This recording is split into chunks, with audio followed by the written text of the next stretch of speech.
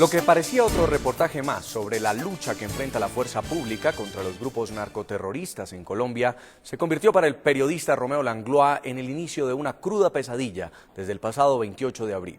El reportero francés completa hoy 11 días en poder de la organización criminal. Luego de 10 años de estar registrando al mundo la guerra que enfrenta el Estado colombiano contra los grupos terroristas, el periodista francés Romeo Langlois pasó de ser testigo a víctima directa del secuestro. El pasado 28 de abril, un helicóptero del Ejército Nacional de Colombia aterrizó en la zona rural de la Unión Penella, del municipio Montañita, en Caquetá, al suroeste de Colombia. La mayoría de la avanzada era militar, excepto Romeo Langlois, quien en compañía de los uniformados iba a bordo de la aeronave con el objetivo de hacer un trabajo periodístico. El reportero portaba un chaleco antibalas y un casco para su protección. Ese chaleco que tenía el periodista no lo tenían los soldados.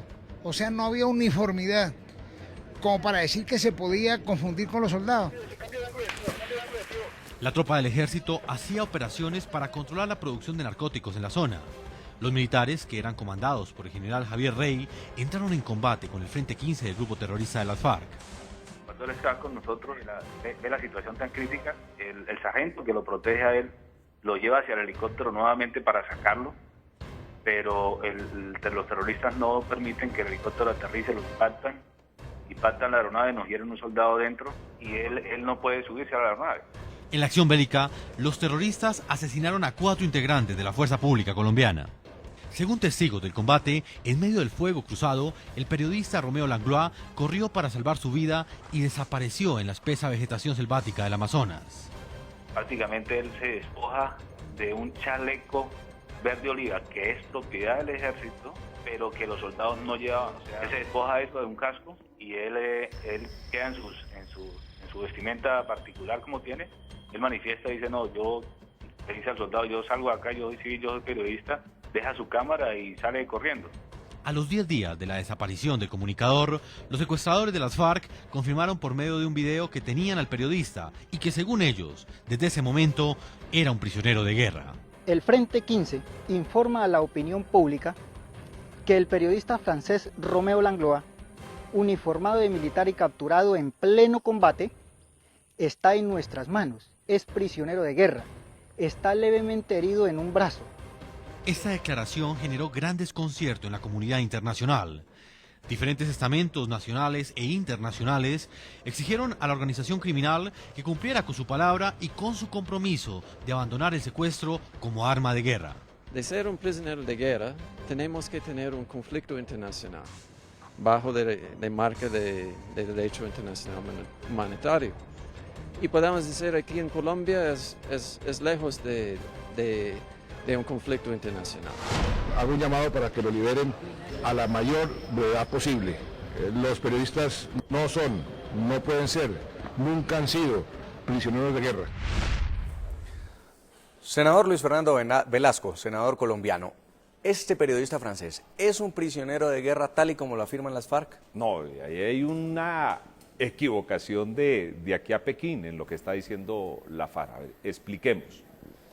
El señor Romeo sí cometió un error. Aquí no podemos negar, y el Estado colombiano y quien ordenó ese operativo cometió una equivocación. No pueden llevar a un civil con un casco del ejército y con un chaleco del ejército, aunque ese casco y ese chaleco sea diferente a los que usaban el resto de civiles, a una acción que evidentemente podía desembocar en lo que desembocó. Pero ¿qué pasa?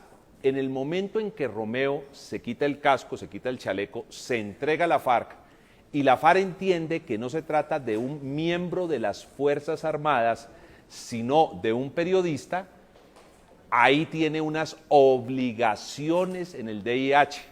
Hay un artículo que es común a todos los protocolos de Ginebra que regulan los conflictos y que dice que esos temas se pueden traer a los conflictos internos, que es el artículo 3 común a los protocolos de Ginebra, y que dice que la FARC no puede tener rehenes. Hoy Romeo es un rehén. ¿Y por qué es un rehén? Porque la FARC ya sabe que es un civil y tiene que tratarlo como civil. Sí. No puede hablar ni de intercambio, ni que lo quiere cambiar con un periodista de Ancol. No, señores, ahí está cometiendo una gravísima violación al DIH la FARC, esta y muchas otras más. Sí.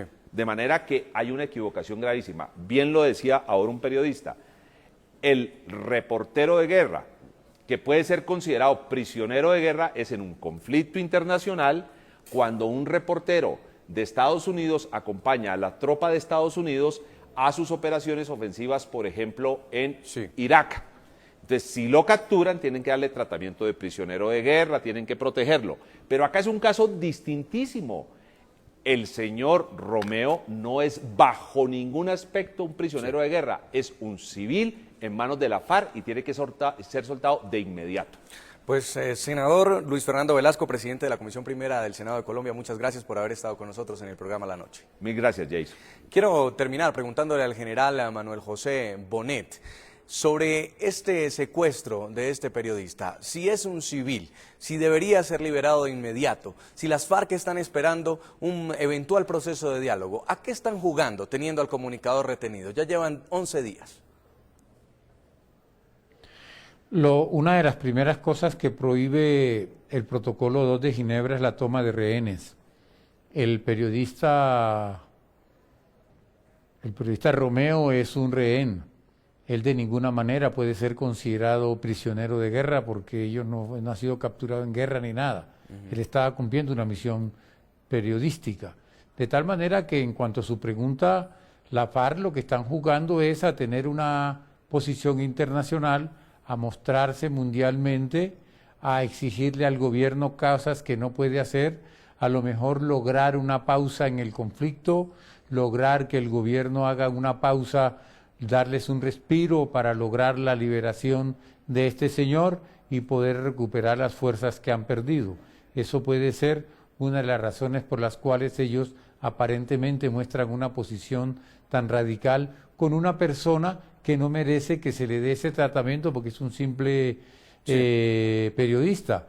Y mientras las FARC no suelten a este comunicador, seguirán quedando como mentirosos, no solo ante los colombianos, sino ante la comunidad internacional. General Bonet, muchas gracias por habernos acompañado desde Colombia aquí en el programa La Noche. A ustedes, muchas gracias por haberme invitado. Muy amable. A todos nuestros televidentes los invito a que envíen sus comentarios a www.ntn24.com.